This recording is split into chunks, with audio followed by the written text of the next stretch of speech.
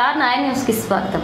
Details చూస్తే విజయనగరం జిల్లా బొండపల్లి మండలం గొట్లాం గ్రామంలో ఆదివారం జ్యువెలరీ వర్క్ షాప్ లో భారీ చోరీ జరిగింది. గొట్లాం జాతీయ రహదారి పక్కన ఇటీవలే ప్రారంభించిన శ్రీ సిద్ధి వినాయక జ్యువెలరీ వర్క్ షాప్ లో జరిగిన చోరీలో 33 కేజీల వెండి, 2 కేజీల పాత వెండి పట్టీలు, 2 తులాల బంగారం, 70,000 రూపాయల నగదు చోరీకి గురైనట్లుగా షాప్ యాజమాని తాళ్లపూడి సత్యబాబు తెలిపారు.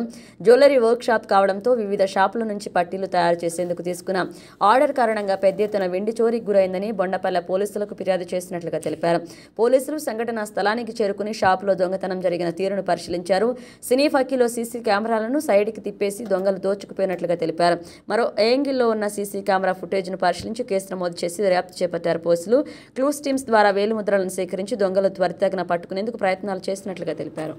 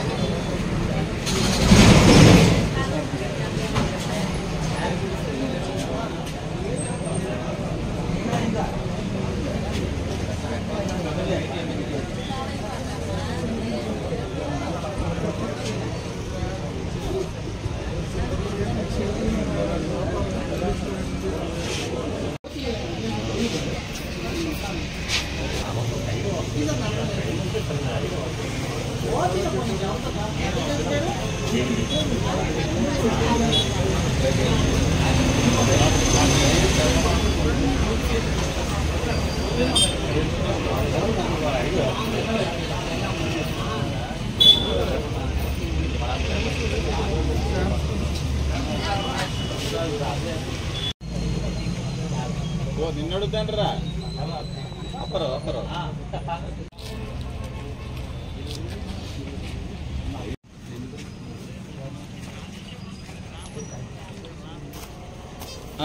ఓకే